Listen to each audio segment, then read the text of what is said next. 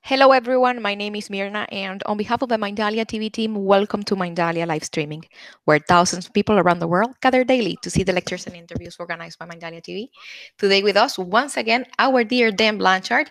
Dan is a best-selling and award-winning author. He's a speaker and an educator. Before starting with him and our wonderful guest, we want to remind you that Mindalia's mission is to share information that can help raise the level of consciousness around the world. You can help us by subscribing to our channel, leaving us a positive comment down this video, or sharing it with someone that you know that is going to benefit of the content that we're going to be talking here today. Also, while we are live streaming, we have the active chat, the screen that you're going to be seeing here on my side, and you can enter your questions there. We also want you to collaborate with Mindalia with your own valuable content. And for that, you can go to our website. On the top, you're going to find the link that says Collaborate with Mindalia. That link is going to take you to a form that you can fill out. Our technical team will be getting in contact with you. You can collaborate with us with your own valuable content in English through Mindalia TV English, but you can also do it in Spanish through Mindalia Televisión and Portuguese through Mindalia Televisao. Visit our different channels, our platforms, Facebook pages, Instagram accounts, and follow us. With that, you not only help us reach as much people in the planet, you also help us, well, you keep yourself updated with the wonderful content that we develop there on a daily basis. I'm not going to be delaying this any further. I'm going to leave you with Dan and with Kaitlin Roig-Debellis. Guys, welcome to Mindalia live streaming. The screen is yours. Thank you, Mirna. It's so good to be back on the show again. We all miss Angel. Kaitlin, great to see you. Happy that you're our guest today. Happy to be here. Yeah. Now, for those of you who may not know Kaitlin yet, she's new to our show, and she's just done some amazing things over the years. She's the founder of Classes for Classes and does like a social curriculum, which is what we really need big time during this day. She's the author of Choosing Hope, which is so important. I mean, if we don't have hope, we don't have much, right? Kaitlin, like myself, is a keynote speaker, right? And like I said, I'm an author too. And Kaitlin endorsed my book on social skills and success skills for kids, which I'm so grateful that such a wonderful person endorsed that book and saw the value in it. And like I said, her book, Choosing Hope, is amazing. So make sure you check it out. And Kaitlin, she has more awards and distinctions than I can count. Like the list just goes on and on and on. So I think we're on for like a very special treat here. I mean, Kaitlin even had Barbara Bush, former First Lady, right? Endorsed her. So, I mean, what's better than that? So I can't wait to hear what Kaitlin's going to share with us. And one last thing, she's a college professor. So she's doing great stuff on the college level and a former school teacher at Sandy Hook here in Connecticut. And most people know what Sandy Hook is. So, Kaitlin, I'm sure I've just scratched the surface with you and the great stuff you're doing. I can't wait to me and you can just kind of talk back and forth and just share, what you do, what we do. I don't know if you want to fill in any gaps that maybe I didn't hit on introducing you, but please be free to, let the world know who you are. Yeah, I think you touched on most of the important parts in introducing me. I have been an educator, which to me is the most important thing to know about myself for going on 14 years now, 7 of those in a very traditional classroom setting at Sandy Hook Elementary, and then the more recent 7 years, what I like to say as abroad. So I do teach at the college level. I teach future teachers. And then in my work of keynote speaking, that to me is just an extension of being an educator. So now instead of educating about math and reading and writing and social skills, my mission is to educate people about how to move forward from adversity and from trauma and from hard times. What I've learned over the course of the past 6 years and 4 months, almost 5 months, is that we all have stuff, right? Like Robin Roberts, everybody's got something. And what I've really learned is that we can heal ourselves and one another by sharing that hard stuff and by finding connection in that hard stuff, and really just enabling people to know that, if they really find themselves in this moment of, true despair for whatever reason, a death of a loved one, a cancer diagnosis, a drug overdose of a loved one, that, they really can get through it, that, their darkest moment doesn't have to define them, that they can move through it, and they can, they can find renewed purpose and renewed hope. And so that, to me, I think is probably the most passionate work that I do on a daily basis, is just connecting with others and enabling them to know that, we all have something and they can move through it. Absolutely. And Kaitlin, anybody who knows you has got to be very impressed with your long line of accomplishments. And like I was just thinking, I'm sure this happens to you all the time as well. Like I was just out the other night, and a couple of people I didn't even know came up to me, and they're like, "Hey, you're Dan Blanchard. You're like famous." And I was like, I was like tongue tied, right? Going, I'm just Dan Blanchard, and I'm trying to tell them, listen, I'm out there just trying to make it and struggle like everybody else. So I'm sure you've had some of those circumstances, but can we back up, Kaitlin? Can we back like way up before you were like kind of quasi-famous, super successful, and just tell us, like, was it adversity that gave you the energy, the get up and go to begin your journey with all the great stuff you're doing now, or what was it that made you go down this road of success and helping others? Yeah. Well, first, I definitely don't get recognized. Maybe a little bit when Choosing Hope first came out, because unfortunately my face was like all over the news, but on a normally daily basis, never. Thank God. It's kind of weird when you do. It's awkward. It's very weird. I really feel for like the A-listers, because it's not a life I would envy at all. Absolutely. I had a buddy who was chased into the bathroom. So, and they were going like, wait a minute, you're Scott. Like, and I was like, oh boy. It sounds really great, but it's really not, because people really feel like they know you in a way that it's just not. But anywho, what sort of brought me to where I am present day was, certainly for myself in the days and the weeks after December 14th, it was just, there was such a heavy weight for myself, specifically my coming out of that, I realized very sort of in my face that my students and I, came so close to losing our lives on that day. So in coming out of that, I was sort of the weight of the world was on my shoulders, and it was a very. And you're referring to Sandy Hook in Connecticut, right? Yes. It was a those very, who may not know. Yeah, it was a very unfamiliar feeling, because prior I was always a very positive, upbeat, quote unquote happy person, like pretty optimistic, glasses half full. And afterwards it was just so dark, and it was awful. And I really realized that, I couldn't keep living that way. I couldn't keep being so weighted down. And so for me, what it was I was just terrified of life. I was absolutely petrified of everything. I couldn't run an errand. I couldn't get gas in my car. I couldn't be left home alone. I couldn't drive in my car alone. I mean, pretty much anything that, you would need to do to function on a daily basis, I couldn't do. And it was awful. It was really awful. I came to realize that, this wasn't a way to live, that my students and I, we were spared on that day, and that something needed to change. And so for me, what happened was So are you still teaching school at this time? At this time, yeah. Oh, yeah. Yeah. So you're afraid that some of that is rubbing off on your students, perhaps? No, I wasn't afraid of that. I think I really kind of like on December 14th in the bathroom that day, I put on a really brave face for my students. It was after, when I would get home on the weekends. Oh, yes. I would really hold it together for my students, because they were 6 and 7 and they needed me. Yes. But as an adult, I was just so fragile, I was so and so what I realized was I was so in that time that felt so dark, what I was focusing my energy on was something that was never going to be answered. And that was, I was so desperately trying to answer why. Yeah. Why did this happen? Why our school? Why innocent lives?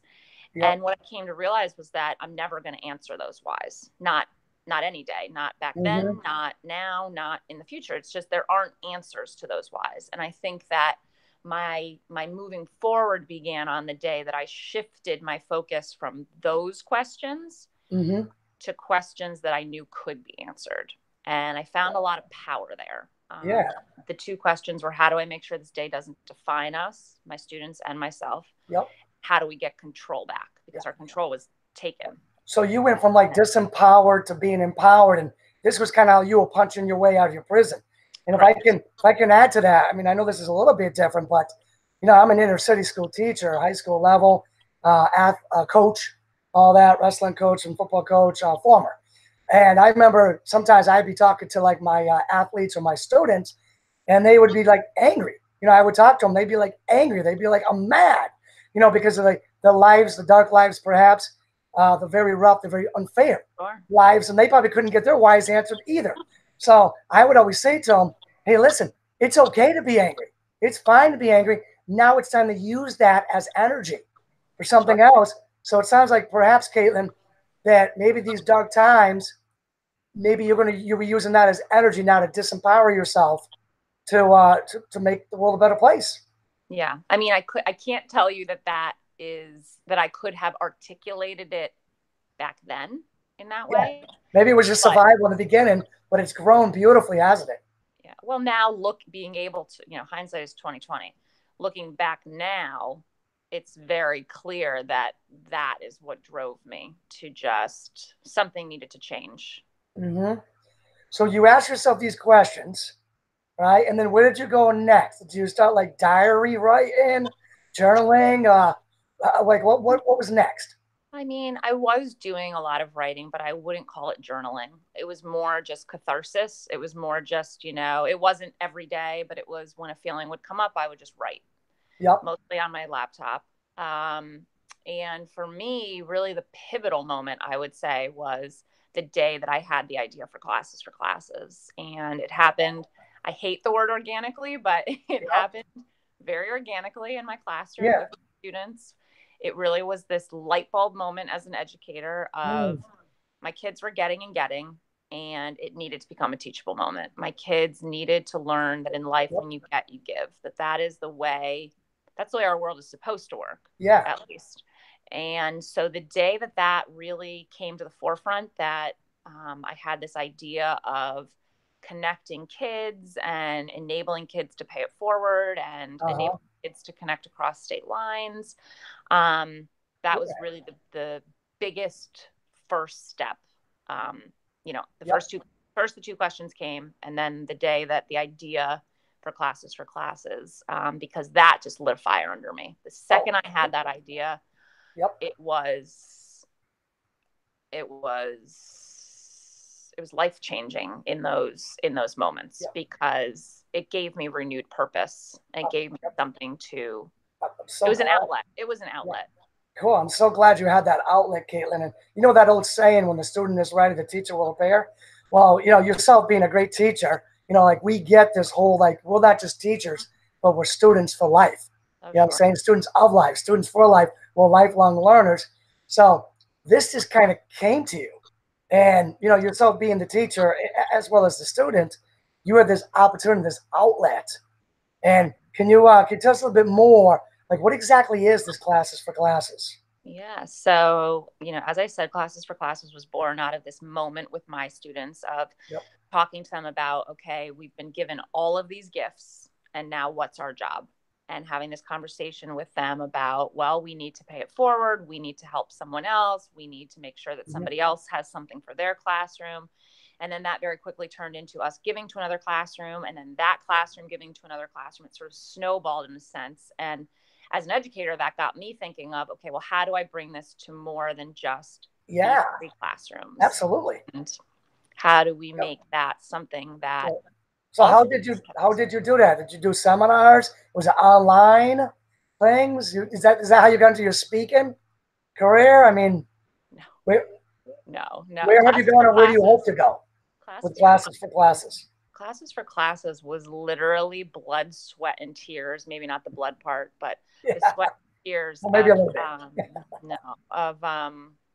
Of myself every day after school for about 2 months, just plugging away, talking to people, researching on the internet, asking for help, asking if people wanted to support the idea. And so from February till like end of March, that that was what I did every day. And it Yep. forced me to leave my house alone. It forced me to go out in public. It forced me to get on a train by myself. And Yep. on April 2nd, 2013, Classes for Classes launched on the World News with Diane Sawyer. Wow. That is amazing. And what if people wanted to be involved in that Classes for Classes? How do they do that? Yeah, they just come on. They just come on, www.classesforclasses.org. Any classroom in the United States can sign up. We are a completely free resource, truly, to actively engage students in social emotional learning. We believe that if and when students are actively engaged in being kind, compassionate, and empathetic, that there isn't room for hate. We're working to eradicate hate and hateful feelings in our country, one classroom at a time. That's a great, great resource that you have out there, Kaitlin. We need more people doing things like that. Now, I get asked, quite frequently, being a teacher and, author, speaker, and all that, about the social emotional learning and the social emotional skills and like what has happened to today's youth. Is there a way for them to find their way back? And I don't know. Do you get asked that question? Do you have any advice? Well, do I get asked that question specifically? Not like that. I mean, my answer would be, I sure hope so. I think that unfortunately as a society at some point, and I couldn't tell you when it was, but we veered so far left or right, whatever direction you want to call it, towards it being the focus in education being on academics and test scores. Yep. And that's great. And they are important for sure. But I would argue that if you don't know how to treat your fellow classmate and you don't know how to interact appropriately and you don't feel connected to something, that is a far greater problem than not doing well on a standardized or any kind of test. I would argue that social emotional learning is actually paramount, that you really can't accomplish anything well without it. And I'm hoping that, and I think, based on, what has happened in our country and around the world, over the course of, say, the past 10 years, I'm hoping that we're waking up and realizing that fact, that we do need to take the time and take the care to get to know one another, to understand one another, to talk to one another and share and all of those really important things that children should be doing when they're 6, 7, 8, 9, 10, 11, all the way up. They should be doing it the whole time. I don't know the answers. These are like my ideas around it. But I agree with you, Kaitlin. I think that was a great answer. At some point, we definitely got test crazy. I know I've stood up and spoke out against it on several times.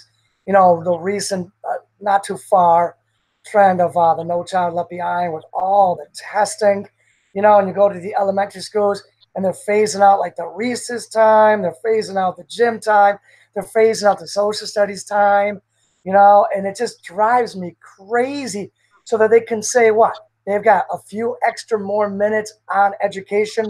It drives me crazy that they try to measure a school's success by minutes on education or academic tests. And it really bothers me. And if you look around the world, Kaitlin, there's plenty of countries, that test better than, let's say, the average American. Absolutely. And what do? They come over here to get jobs. What I'm saying, they come over here and they work for our entrepreneurial spirit, out of the box thinking people, whose test scores, I think I'm pretty sure the test scores weren't as well as some of the people coming over taking these jobs. So, what is the U.S. trying to do? Mimic other nations that are coming over here? Like, why would we do that? Right. We should just go with our strengths. What I'm saying? We've always been outside the box. We've always been a little bit entrepreneurial, which Angel Rebo, who's not here today, he's doing a great job with introducing entrepreneurial skills to, Latin America. Okay. But we've always been that. We've always, I think, have been like social beings. Sure. You know what I'm saying? And we're losing that. We're losing that, Kaitlin, and it really bothers me. I'd love to see, gym come back, recess come back, the social studies 5 days a week come back, the having some time off. I work in a school system where they got passing time from one class to another, and it's not enough time even to get to the class. Right. And the kids all come in late. And it's like, whatever, you know, we got to have minutes on education. Like that's where their like focus is. Right. And it's absolutely crazy. I'm like, give the kids more time in the hallway so they can talk a little bit. You know what I'm saying? We're so missing that. And with you, Kaitlin, I don't know exactly how we're going to fix it, but I know we could take little steps. And people, you know, like me and you and the things that we're doing, I think that, you know, help. You know, I think more people need to be aware of what we're doing and more people need to like engage with us and all that. So I know that some of the things that you do to try to bring this to the front so more people are aware of it is that you speak. And you've actually been a keynote speaker. Can you tell us a little bit like, I mean, how did that all come about? Weren't you terrified in the beginning, or would you encourage others to do this? Yeah. You know, I mean, how it came about, I was asked. I got an email one day that said, we'd like you to come speak at the Pennsylvania School Board Association's annual conference. It's going to be 200 superintendents and assistant superintendents from across the state of Pennsylvania. We'd like you to speak for an hour. Would you like to? And I thought, because you had something of value. Well, at the time, you know, at that point, all that had happened was Classes for Classes had been founded. We were very young. We were in our infancy at that point. It was probably May. So we had been around for a month, an idea for 3 months. You know, and I thought, okay, what do they want me to say? And is it going to be received well? You know, because they didn't give me any guidelines. I mean, they really just said, we want you to come speak for an hour. And I thought, you know, I've been doing a lot of writing because I had not journaling, just writing, just purely, you know, when it came up, when a feeling came up, I would just write.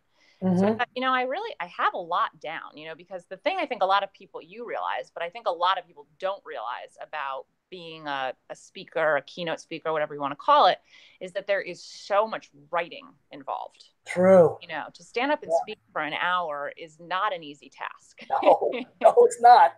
Not if you want to do it well. And so I thought, you know, I already have a lot down of what I would say or what I think I would say. Because again, I didn't really know. And so I thought, you know what? Okay, let me accept this. And I'm just going to spend the next, you know, 4 months really honing in on what I already have written and try to, you know, develop it, grow it, make it, you know, the best it can be. And so I did that thinking that this would just be like a one-time thing. And the first thing that I found on that day was, you know, my question was, why am I here? You know, why am I here and what do they want from, you know, why did they ask me to speak in front of all these superintendents? And what I realized very quickly after was, you know, afterwards, the line forms, people want to connect with you. They want to shake your hand or they want to say thank you or what. I mean, there are a million reasons. And I will never forget it. There was a woman in line and she, you know, it was her turn and she came up and she said, you know, thank you so much for being here today. And I said, well, yeah, absolutely. She said, and I just want to tell you that I'm so glad that my best friend was here today. And she's, you know, a couple people back in line. She was out of earshot. She couldn't hear. She said, but she was diagnosed with terminal cancer this week. And I know that her being here today has given her renewed vision of how to proceed. You know, you've given her a reminder that it doesn't have to define her. This doesn't have to be it. And right there, I was like, you know what? That right there, that one moment, that's why I was here. That's why I was asked to be here. And totally made it worth it. Well, and you know, I have found over and over and over again over the past 6 years and 4 months that is exactly why I'm out there speaking, because every single time somebody comes to me and they say, my son committed suicide. My husband died of a drug overdose. I'm in a terrible marriage that I need to leave. You know, I mean, you name it, somebody has said it to me and they've said, you know, thank you for sharing and reminding me that it is a choice, that it is my choice. And, you know, to date, I've spoken to almost 210,000 people in person. So that's huge in my healing because it gives me, you know, I think back to when I literally couldn't get groceries.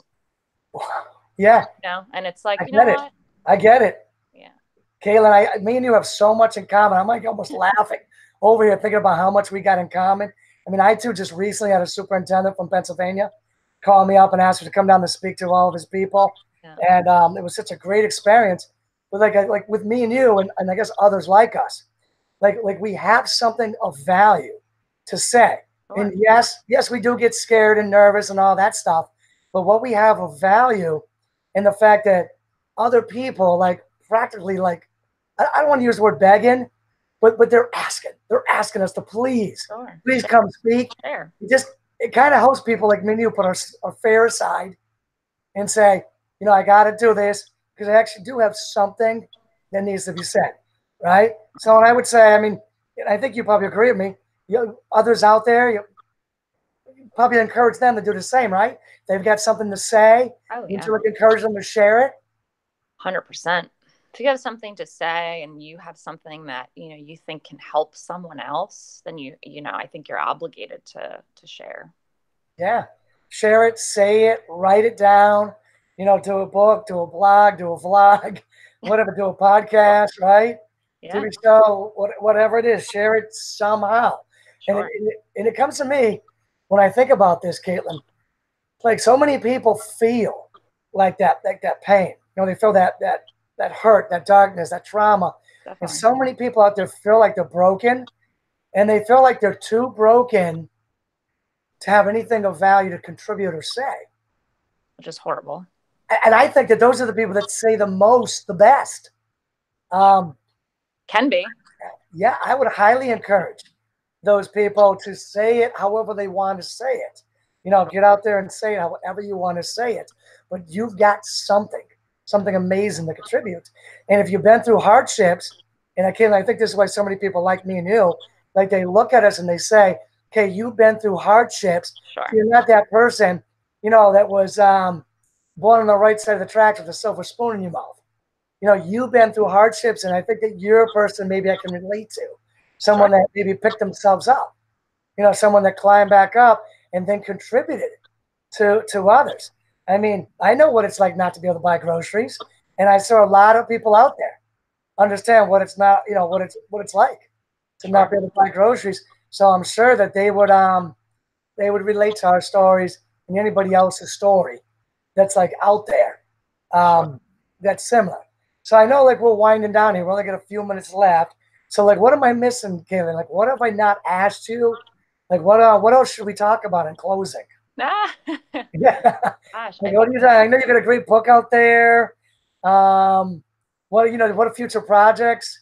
Maybe tell us a little bit about your book and tell us maybe about like future project or future dreams. Yeah, I mean, we're working on our 7th iteration of our website for classes right now, which wow, seems crazy. Not even 7 years, but 7 iterations. But so we're working on that. We're really excited about that. We have we're active in 38 states. So we're really working hard to get to the 12 states we're not yet in. That's really important, obviously. For myself, I have my eye on 300,000 for speaking. So I'm plugging away at that.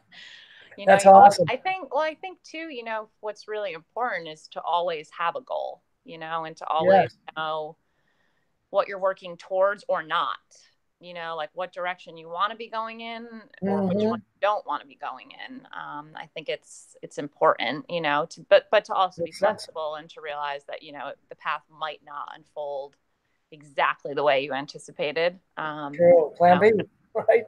Huh? Plan B, right? Yeah, I mean, I would have never, ever put myself on this path. I would have never put myself outside of a first grade classroom, ever. If you had said to me 7 years ago, what will you be doing in 7 years? I would have said, I'll be in my 14th year teaching first grade. But, the plan, the path went very awry, and I could have never, ever, ever planned for it. And what I always say to people is, when I found myself there in this place where there was no path anymore and there was no plan, is that I made a choice that made all the difference in my life. It sure did. I think that we all have that choice, that no matter where we find ourselves, we can always pick ourselves up and we can move forward. I think the most important thing, and I've said that probably twice now, but if I have, then the second most important thing that I've learned, for me, every single day of my life, I will move forward from December 14th and I will move forward with purpose and with passion for what I think is important. But I will never, ever, ever, ever move on. It is wholly a part of me. It is every second of every minute of every single day. And it's not a complaint, it's reality. And I think that as a society, we do a really bad job of making people feel like they have to move on from something that they will never be able to. Mm-hmm. I hear you. You know, go to counseling, get a dog, oh, it was 5 years ago. You must be over it. It never rang true for me. And I'm sure a lot of people can relate to that. I think that if you have been through something that you can't move on from, that's wholly okay. To not. I would say, Kaitlin, if there's a silver lining in the cloud, which people say there are, and the whole Sandy Hook thing, it was beyond a cloud, stormy, stormy, stormy, as you get cloud. The silver lining in that cloud would be that the world got a new and improved, empowered Kaitlin Roig-Debellis. So world meet Kaitlin. Yeah. Right, absolutely. And I know we got to kind of close up here.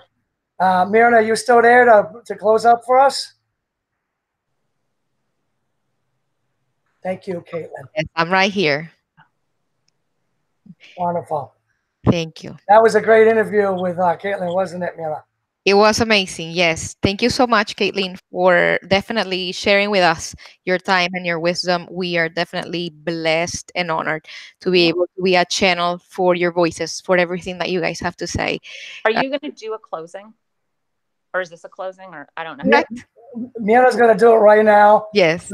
Okay. Can you just say on my behalf, just because that ended like the last segment, it's your time. You're there. Yeah. Oh, I can talk. Yes, definitely. Yes. I just wanted to say, on what Dan, you were just saying is, I would give anything to go back to December 14th. And yes. I know. For me, there is no silver lining. There's no like, oh, what's meant to be will be, or, you find a way. Like I just want to make sure that I say that, because there is, I'm doing the best I can on the path I'm now on. Yep. But I would have never, ever, ever, ever chosen it.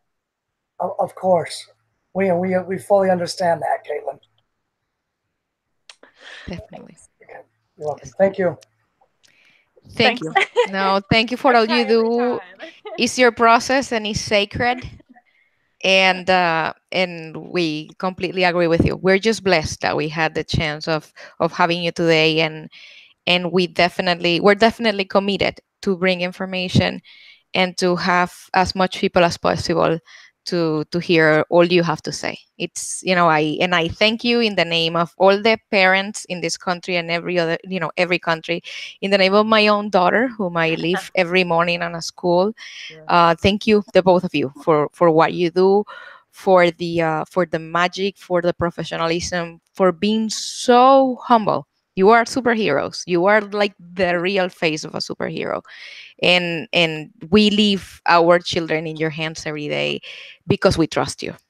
And we do know that you're doing the very best anybody could ever do. Mm-hmm. Big hug to you. Big hug to Dan. And we will see you soon. Have a good day. Right. Thank you. Good night. Thanks, guys.